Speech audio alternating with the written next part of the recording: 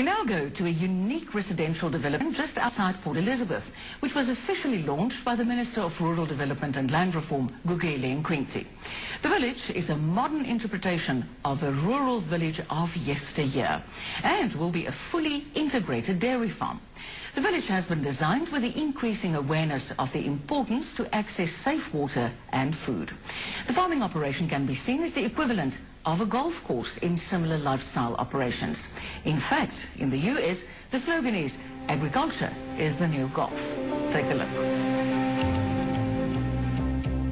Crossways Farm Village is a response to what has happened internationally and nationally in development trends, where we try to create a rural development, places for people to live in rural areas, in a countryside, but with all modern conveniences, integrated with scientific farming, total commercial farming. The biggest benefit that we try to encapsulate or try to incorporate is the village of Thornhill.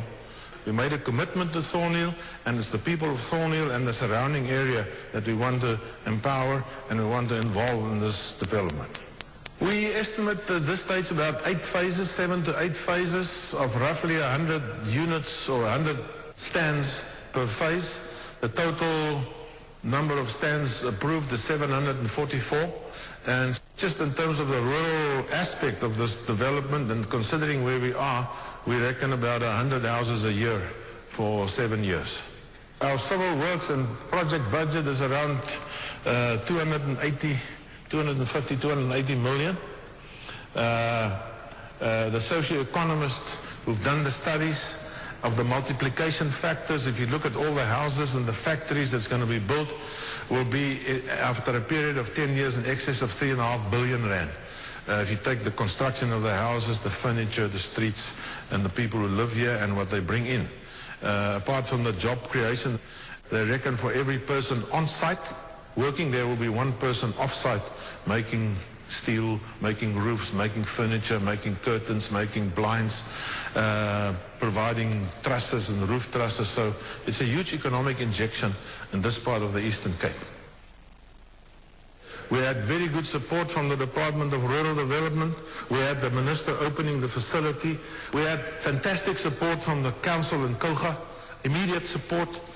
We had support from the Department of Agriculture. Once they understood our concept and our project, the Minister actually stood up in Parliament and mentioned that this is exactly, it's food security, it's job creation, it's empowerment, because our farm laborers get a share in the farm, they get a share in the profit, they get housing, the long-standing laborers, and that's what we stand for. The agricultural land can never be separated from the development, like the fairways of a golf estate can never be separated from the housing. And I think if there are those critical factors, social contribution, social development, rural upliftment, BEE, job creation, a place for people to live, food security, and scientific farming all be combined in these areas, I think it's a wonderful recipe. I would like to repeat or replicate similar projects elsewhere in the country because I believe we've hit the nail on the head with the right product, the right mix, the right stuff. I could have said, I think it will work. Now I can state it is working because the evidence is there. Agrarian transformation, rural development, and land reform. These are the core